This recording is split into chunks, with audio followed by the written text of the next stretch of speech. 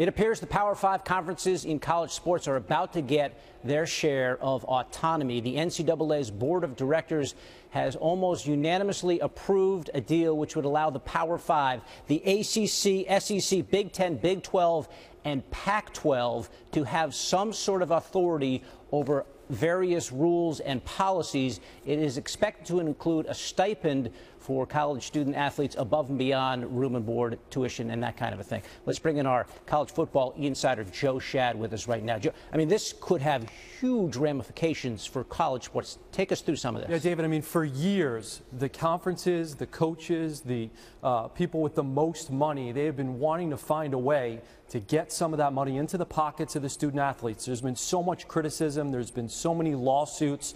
The NCAA has been under fire. Now, finally, after all these years, a compromise is struck that will allow not just football players, not just men's basketball players, but all athletes, rowers, swimmers, lacrosse players all across the country to get, let's say, $2,000 to $5,000 per year in their pockets to spend on things they need to spend that money on.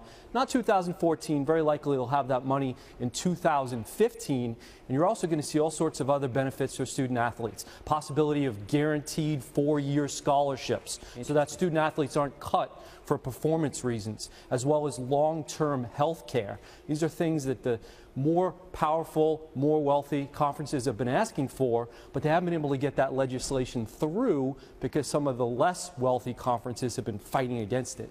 The NCAA has kind of ruled its fiefdom with an iron fist, so now they're voluntarily giving away some of its authority. Why is this? How did this come to pass? So it's interesting, right? So the NCAA is nothing more than a collection of schools who all agree to play by the same rules. But what has happened over the years is that the mission, the objective, the athletic department funding, the money, it's not lining up at all. And so there was this overwhelming threat that the most powerful schools and the most powerful conferences could just break away and do what they needed to do, leaving those smaller conferences in the dust. So this is somewhat of a compromise.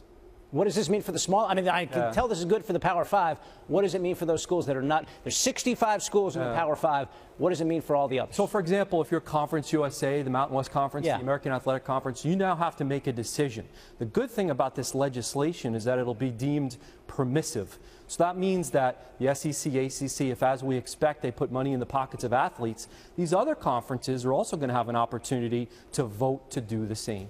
So they could follow the same. They could follow suit, but they won't be required. Okay. Okay. Does this mean there's going to be just this giant chasm between the Power Five and everyone else as far as competitive balance and that kind of a thing? That ship has sailed. Yeah. I mean, unfortunate or not, you know, the haves and the have-not, that chasm, it already existed. But to your point, yes, it's possible the chasm could get even wider.